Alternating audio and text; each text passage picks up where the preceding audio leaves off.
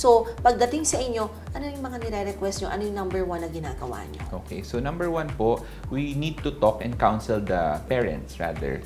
Kung ano yung ating expectations in terms of treatment and management. Again, sabi ko nga, Doktora, it's a multi-specialty approach, no? So aside, yung karaniwan, makikita yan, may ibang mga galing na sila ng kanilang pediatrician, then inire-refer na sila ng pediatrician sa amin.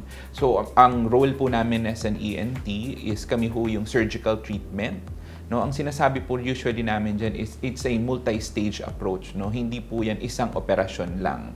It would really depend talaga. Number 1 is classify ano nga pong types, yung nabanggit ko po kanina, kung siya po ba ay isolated cleft lip lang, isolated cleft palate lang, or a combination of both cleft lip and palate.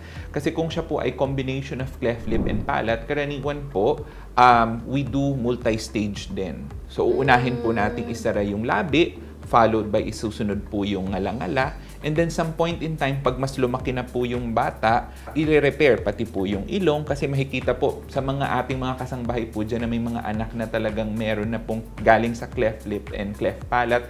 Napapansin po nila that even there's a nasal deformity. Malapad, no? Nahihila kasi. Opo. Di ba, nahihimayin natin yan, Doc, when we talk about the management. But I want to ask, no?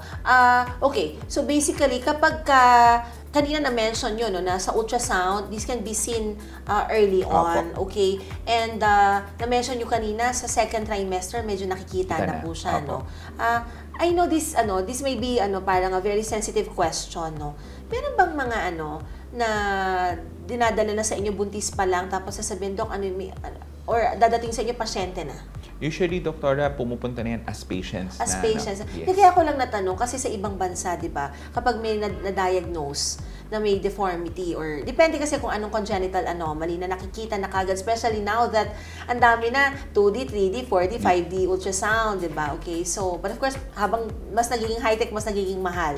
Now, sa ibang bansa, minsan may option kasi na itutuloy ba ang pregnancy. But of course, siguro, dahil majority dito talaga Christians naman dito sa sa Pilipinas. So, walang ganong scenario. So far, wala kayo na-encounter. Okay, now, so pagdating sa inyo, Doc, okay, so once you have identified already, wait, I'll ask also, sa inyo ba dinadala kaagad or usually ang nag-refer sa inyo ay pediatrician? Usually, Doktora, pediatrician. Or during pag nakita na nila, kunyari po the OB/GYN would see them through ultrasound, nare-refer na sa pedia, and then may communication na po yan. Ang pedia, hanggang sa makalabas. Hanggang makalabas. I see. So this happens in both settings, kahit dun sa mga, like of course, Makati Med is really a good hospital, and then we also have like equally equivalent, I mean, how do you say that? Equally good na mga government hospitals. So same scenario sa government setting. Yes. Okay, that's relieving to know kasi syempre we also kasi mas mataas ang rate ng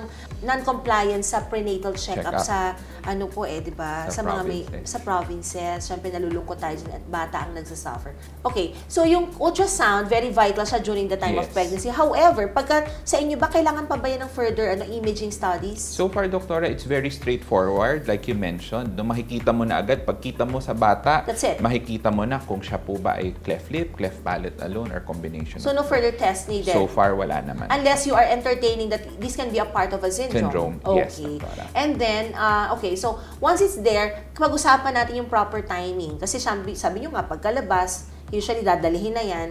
And then, when is it na minamanage? So yun po, Doctor, as I mentioned earlier, it's a multi-stage approach, no? We usually follows the rules of 10, no? Yun po ay paabutin natin ng 10 weeks or 10 linggo ang bata. 10 pounds ang kanilang timbang at 10 din po yung hemoglobin. Usually po sa ating mga kasangbahay, sasabihin po ng inyong doktor po yan, ano po yung kanilang target goal na para maoperahan po yung bata. Yung pinakauna nga pong inooperahan ay yung labi, no? Yun yung first. After po ng labi, ang purpose po nun para po hindi kung combination po yan ng cleft lip and palate, inuuna po yung labi para po yung gawak ng ngalangala hindi pa siya. Kasi habang lumalaki po yung bata, lumalaki rin po yung maxilla, yung facial prominence.